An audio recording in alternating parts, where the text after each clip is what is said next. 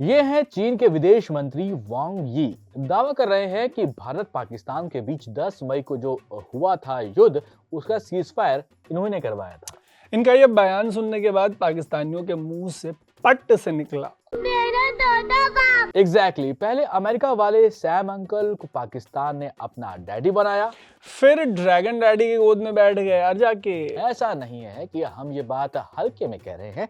ऐसा कहने के पीछे वजह यह है कि पाकिस्तान ने तो कम से कम ट्रम्प के कसीदे पढ़ता वो आया है लगातार। मुनीर और फकीर उनके पीएम शहबाज शरीफ ऑपरेशन सिंदूर के बाद जाके ट्रम्प की गोदी में बैठ गए। नोबेल को लेकर ट्रम्प की ठरक को ठंडा करने के लिए कम से कम पाकिस्तानियों ने तो माना कि उनके ऊपर अमेरिका का दबाव था। लेकिन अब जब चीन बिल्कुल सेम एग्जैक्ट दावा कर रहा है तो देखने वाली बात ये होगी कि पाकिस्तान चीन की गोद में बैठते हैं किसी और बॉडी पार्ट पे। वरुण पाकिस्तानी बैठते नहीं है, लेट जाते हैं, जैसे चाहे लेटा लीजिए, और इसलिए ये उन पर 100% सच बैठता है।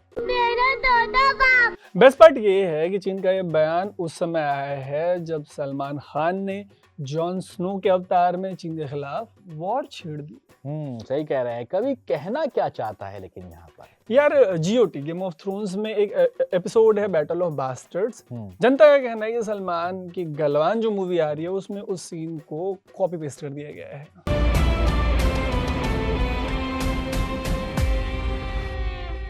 कोई बड़ी बात नहीं है, कॉपी तो वर्ल्ड सिनेमा हमारे सिनेमा और सीरियल्स को भी करता है। एग्जैक्टली बड़ी बात यह है कि सलमान की गलवान में चीन के खिलाफ छिड़ी है जंग और चीनी मीडिया हो गई है इससे उनकी चीनी मीडिया का हो गया है झंड। अब कभी क्या कहना चाहता है यहाँ?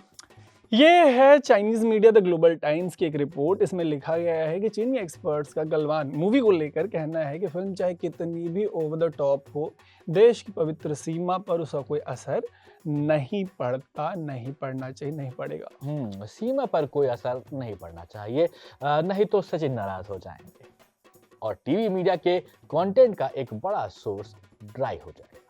सबान वो बॉर्डर की बात कर रहे हैं भाई। अच्छा, उसकी बात कर रहे हैं। तो अगर बॉर्डर की बात करें तो इसी बॉर्डर पर 2020 में गलवान में जो कुछ भी हुआ था उसके बाद से तो चीन एड़ी चोटी का जोर लगाकर चीन नॉर्मलाइज करना चाह रहा है। हमारे साथ रिश्ते ट्रम्प ने जब इन पर टैरिफ लगाया चाइनीज लोगों पे तब ये एलिफेंट यानी इंडिया और ड्रैगन यानी चाइना के साथ मिलकर टैंगो करने डांस करने की बात कर रहे थे। अब जब अमेरिका के साथ टैरिफ का थोड़ा ईज ऑफ हुआ तो चौधरी बन रहे हैं यहाँ पर। होप टू रिमेंबर की गलवान के बाद ऑलमोस्ट 5 साल तक बॉर्डर पर इंडिया ने इनको मैन टू मैन वाली मैपिंग दी हुई। मतलब इनके एक सिपाही के सामने हमारा एक सिपाही, इनके एक तोप के सामने हमारा एक तोप, इनके एक हथियार के सामने हमारा एक हथियार। इनका तोप छोटा नहीं होगा, टिट फॉर टैट। तो डोकलाम के टाइम पर भी चिकन नेक पर यही कुछ हुआ था। तो मार्केट में जो भी नया नशा आया है जिसे लेकर कोई इन मीन 3.5 या चीन ये जो सीज फायर करवा दे रहे हैं, यार पहले अपना संभाल लो फिर आगे की बात करो। वैसे भी कोई बताएगा कि फरवरी 2022 में शुरू हुए यूक्रेन वॉर को किसी के पापा क्यों नहीं रुकवा पा रहे?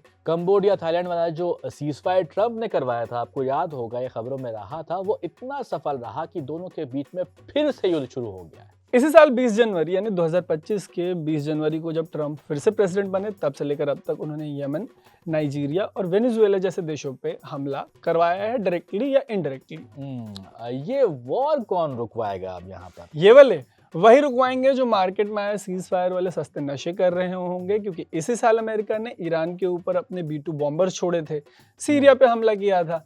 इनसे अपना तो रुक नहीं रहा यार। और कोरोना वाले हमारे मासूम पड़ोसी खुद ताइवान पर हमला करने की तैयारी में है, बट बने हैं नए नए चौधरी, सो करवा रहे हैं सीज फायर।